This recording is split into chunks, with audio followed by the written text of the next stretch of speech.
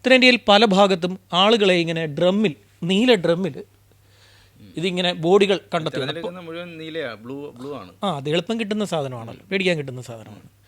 അപ്പോൾ അതിലിങ്ങനെ എടുത്തിടുക, ഒന്നുകിൽ സിമൻ്റ് ഇട്ട് വെക്കുക, അല്ലെങ്കിൽ വെട്ടിഞ്ഞുറുക്കി കഷ്ണങ്ങളാക്കി വെക്കുക, അതുമല്ലെങ്കിൽ വെള്ളത്തിൽ മുക്കി കൊല്ലുക. ഇങ്ങനെയുള്ള പരിപാടികളാണ്, ഇങ്ങനെയുള്ള ബോഡികളാണ് കിട്ടുന്നത്. ഇപ്പോൾ അടുത്ത സമയത്ത് ഏറ്റവും ഒരു 3 മാസത്തിനിടെ കിട്ടിയത് ഒന്ന് മീററ്റിലത്. മീററ്റിൽ അത് വളരെ വിവാദമായിക്കൊണ്ടിരിക്കുകയാണ്.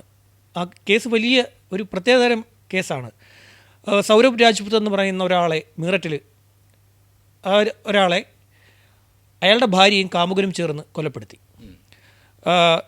മുസ്കാൻ എന്നാണ് ഭാര്യയുടെ പേര്, കാമുകൻ്റെ പേര് സാഹിൽ. ഇവർ രണ്ടുപേരും ചേർന്ന് ഈ പറയുന്ന സൗരഭ് രാജ്പുതിനെ കൊലപ്പെടുത്തി വെട്ടിഞ്ഞുറുക്കി കഷ്ണങ്ങളാക്കി ഈ ഡ്രമ്മിനുള്ളിൽ വെച്ചു. ഇതെങ്ങനെ വിവാദമാകുന്നു എന്ന് വെച്ച് കഴിഞ്ഞാൽ, ഈ മുസ്കാന് വേണ്ടി വാദിക്കാൻ അഭിഭാഷകരില്ല. ഞാൻ സ്വയം വാദിക്കാമെന്ന് പറഞ്ഞു, പക്ഷേ ഇന്ത്യൻ നിയമം അവർക്കറിയില്ല, ലോ അറിയില്ല. അപ്പം ലോ പഠിക്കണമെന്ന് കോടതിയിൽ ആവശ്യപ്പെട്ടു. അപ്പോൾ പഠിക്കണമെങ്കിൽ അവർ 10ാം തരം പാസ്സാവണം. 8 വരെ വിദ്യാഭ്യാസമേ അവർക്കുള്ളൂ. അങ്ങനെയുള്ള ഈ +2 വരെങ്കിലും പാസ്സായി വന്നാൽ മാത്രമേ നിയമം പഠിക്കാൻ പറ്റുകയുള്ളൂ. അതിൻ്റെ ഈ പ്രശ്നങ്ങളിപ്പോൾ അവിടെ നടന്നുകൊണ്ടിരിക്കുകയാണ്.